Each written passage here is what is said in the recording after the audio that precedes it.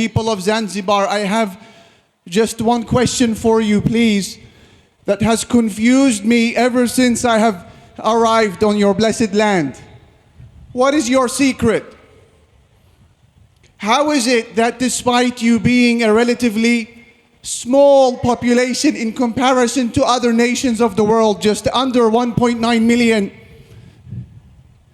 yet you have managed to inspire and captivate the hearts of the Muslim world? Wherever we turn, and for many of us, this is the first time we set on your blessed land, we hear people singing in your praise.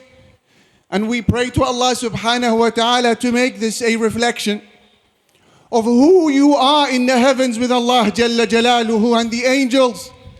And as a result of that love that He has for you, He has allowed the people of Iman across the globe to sing in your praise.